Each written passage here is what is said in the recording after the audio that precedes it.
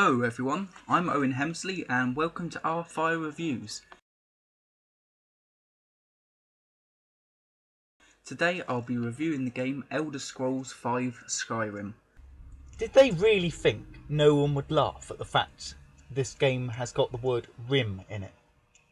Jesus Christ. I know this game is a few years old now, but I haven't done a review for it, so I thought I'd just do one anyway. Well, first a bit about the game. Skyrim is an action-based role-playing game, which was developed by Bethesda Studios and published by Bethesda Softworks. This game was released for PC, PS3 and Xbox 360, and it was released in November 2011. It follows on from Elder Scrolls IV Oblivion, and there are three DLCs available for Skyrim, which are called Dawnguard, Hearthfire and Dragonborn. This was later repackaged into a thing called the Skyrim Legendary Edition in June 2013, but I'll just be focusing on the main Skyrim game. The main storyline revolves around the player trying to kill an ancient dragon named Alduin, who has been foretold to destroy the world. This game takes place 200 years after Elder Scrolls IV Oblivion, and Skyrim is the name of the province in which this game takes place. Like most role-playing games, the player completes quests and therefore levels up their character's skills, and therefore their character becomes stronger and they're able to do more. Skyrim doesn't force the player to just do the storyline, and it doesn't force the player to choose a character class at the beginning of the game, which is unlike all the other previous Elder Scrolls games. This game, like previous games, has an open world structure, which means players can do side quests in between doing the main storyline, so that's good. Lol, just kidding. This means you can kill innocent people. Now that you know a bit about the game, onto the controls.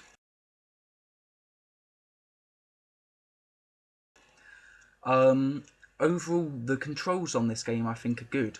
The fighting controls are very responsive, and all of the controls are where you would expect them to be, which means that when it comes to combat, there isn't like a steep learning curve. Learning. The one problem, which may be argued, isn't really the controls, but rather how you control the user interface or menus. It's like when the player is going through their inventory. Throughout the game, the player will acquire a lot of items, such as weapons, etc. And unless people playing the PC version have installed mods, the player has to scroll through a massive list sometimes to find the item they want. For example, later on in the game when the player has loads of items, if the player needs to find an item which started with the letter M, because the lists are sorted alphabetically, this means manually tapping an up or down button for ages until you find it, because there's no like quick scroll way or quick way of finding it. But that's the only problem really. On a more positive note, when the player accesses a menu, for example to wield a weapon, the gameplay pauses, which means the player is given time to actually access and choose what they want.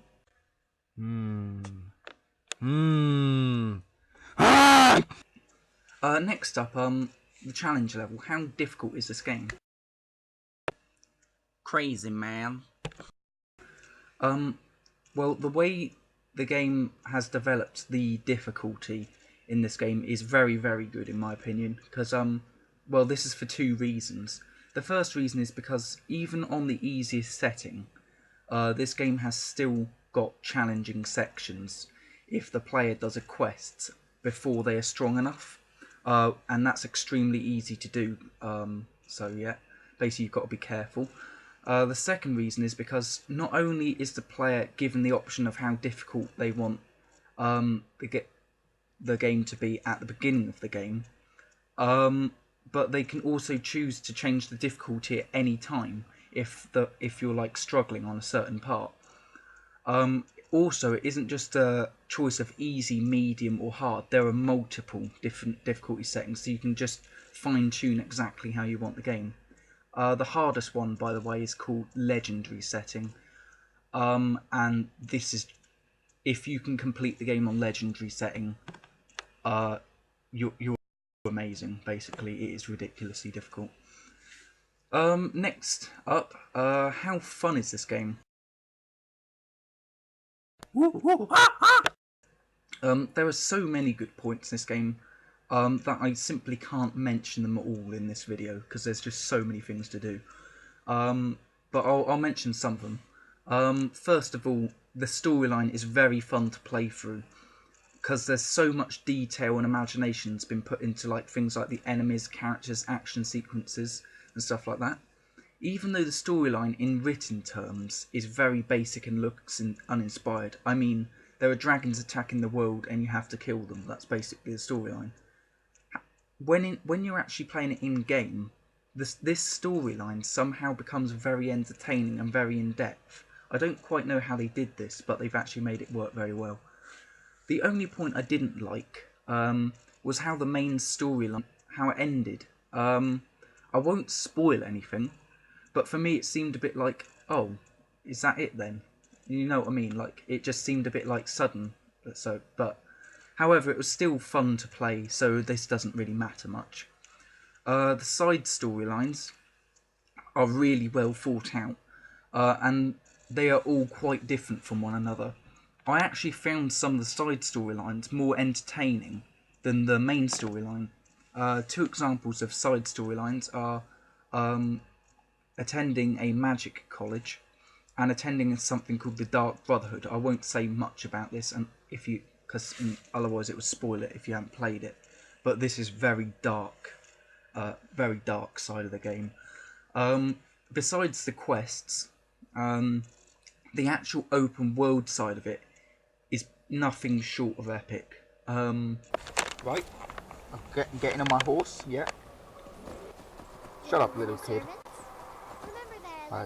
Going up this mountain. Yeah. Wow, this game is really epic. All the things I can do, completing quests. Yeah. I'm going to show you the most sensible thing in the entire game. Yep. It's really quite epic. Here we go. Oh, super horse. Ah! Ah! Ah! Oh my god! Oh! Ah! Ooh! Ooh!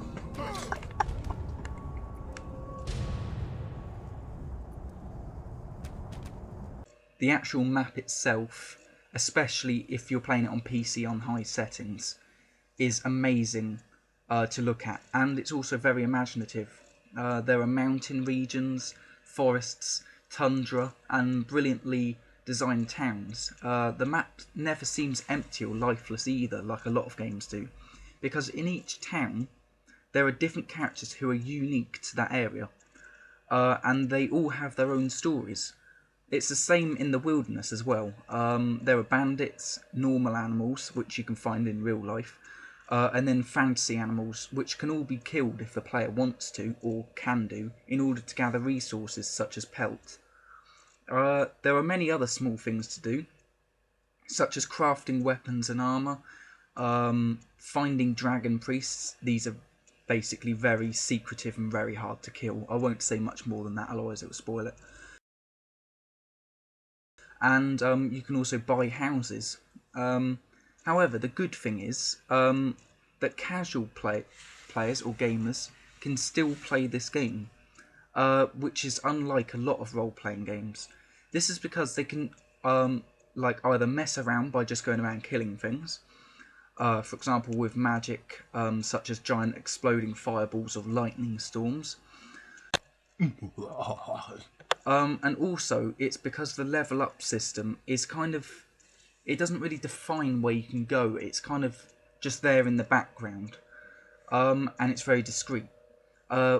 But because it still has a level up system, this means hardcore gamers will be pleased with this system, because not only are there loads of different levels to level up, like for example there's even a speech level, there are also things such as perks, which enables the player to be able to have more skills and abilities, and these are within the levels. So there's kind of like levels within levels, so it can be complicated.